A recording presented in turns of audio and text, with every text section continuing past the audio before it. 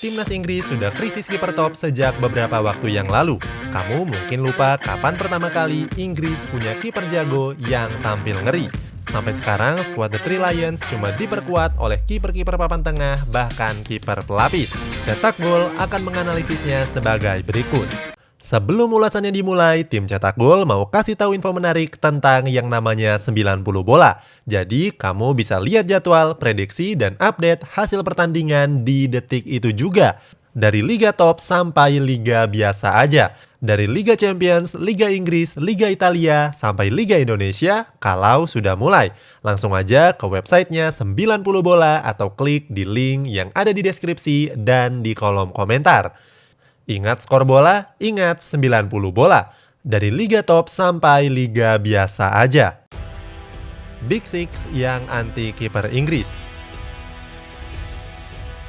Klub papan atas Premier League cenderung lebih memilih penjaga gawang asing daripada penjaga gawang lokalnya. Bukan cuma sekarang, hal ini juga sudah terjadi sejak format Premier League dimulai. Dulu, Manchester United diperkuat oleh kiper asal Denmark, Peter Schmeichel, yang bantu mereka memenangkan banyak trofi. Sedangkan Chelsea nggak pernah pakai kiper asal Inggris sebagai kiper utamanya. Mulai dari Dimitri Karin asal Rusia, Ed de Goey asal Belanda, Carlo Cudicini asal Italia, sampai Peter Cech asal Ceko. Fenomena ini terus berlanjut sampai sekarang, terutama klub yang tergabung dalam Big Six Premier League. Kita bahas untuk musim ini saja, musim yang menjadi penentu siapa yang dipanggil Southgate ke skuad The Three Lions di Piala Eropa tahun depan. 3 kiper Liverpool bahkan nggak ada yang dari Inggris. Alisson Becker dari Brazil, Adrian dari Spanyol, dan Kaumim Him Kelleher asal Irlandia. Di Manchester City ada Ederson asal Brazil dan Jack Steffen asal Amerika Serikat. Cuma ada Scott Carson yang murni Inggris, itu pun cuma pemain pinjaman dari Derby County dan jadi kiper ketiga. Di Chelsea, mereka baru menggusur kiper utamanya dari Kepa Arrizabalaga ke Edouard Mendy. Kepa berasal dari Spanyol dan Mendy berasal dari Senegal. Bahkan kiper ketiganya Willy Caballero adalah orang Argentina.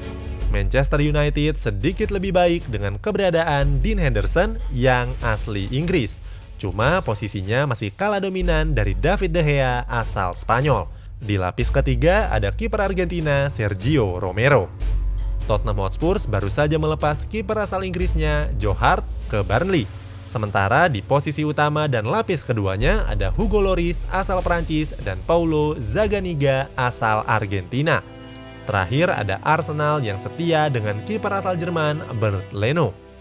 Di posisi kedua ada Runar Alex Runarsson asal Islandia. Baru ada kiper Inggris di lapis ketiganya yakni Matt Messi. Kalau diperhatikan, kiper yang berstatus asli Inggris cuma mengisi posisi pelapis. Padahal bermain di klub besar adalah salah satu unsur penting agar seorang pemain bisa lebih matang. Untuk saat ini tidak ada kiper asal Inggris yang menjadi wakil di Liga Champions. Kiper Inggris yang kurang dipercaya. Berbicara tentang penjaga gawang, sebenarnya timnas Inggris nggak buruk-buruk banget. Dulu ada Gordon Banks yang sukses menangin Piala Dunia 1966 dan jadi kiper terbaik FIFA selama 6 tahun berturut-turut. Ada juga Peter Shilton yang tampil oke tapi gagal menghadang gol tangan Tuhan milik Diego Maradona. Ya walaupun mereka semua nggak sepopuler Lev Yashin, tapi penampilan mereka patut diacungi jempol.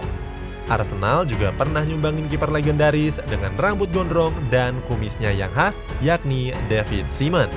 Kiper jebolan Akademi Leeds United ini sukses membawa The Gunners memenangkan 2 trofi Premier League, yakni musim 1997-1998 dan 2001-2002. Tapi sayang, semua berubah setelah demam penggunaan kiper asing mulai mewabah.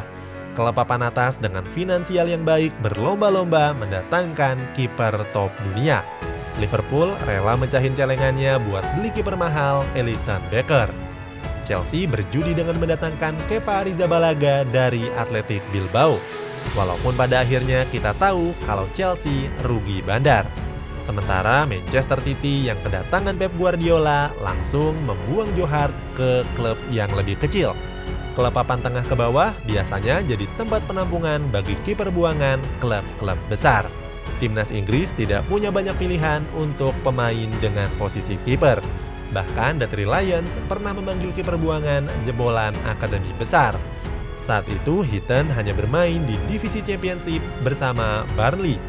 Sebagai catatan, divisi Championship adalah liga kasta kedua di Inggris. Nilai pemain lini depan yang lebih mahal. Dilansir dari Transfer Market, kiper Inggris dengan nilai pasar terbesar dimiliki Jordan Pickford. Kiper Everton ini mencatatkan nilai pasar sebesar 26 juta euro atau 449 miliar rupiah. Di posisi kedua ada Dean Henderson dengan nilai pasar 20 juta euro atau 345 miliar rupiah. Disusul kiper Sheffield United, Aaron Ramsdale dengan nilai pasar 16 juta euro atau 276 miliar rupiah.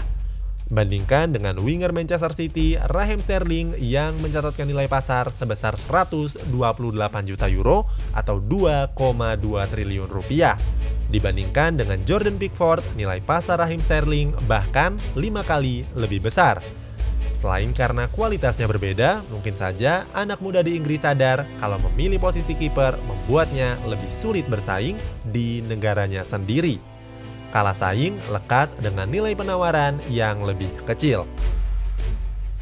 Media Inggris yang terlalu kejam. Timnas Inggris sering melakukan blunder di kompetisi kancah internasional.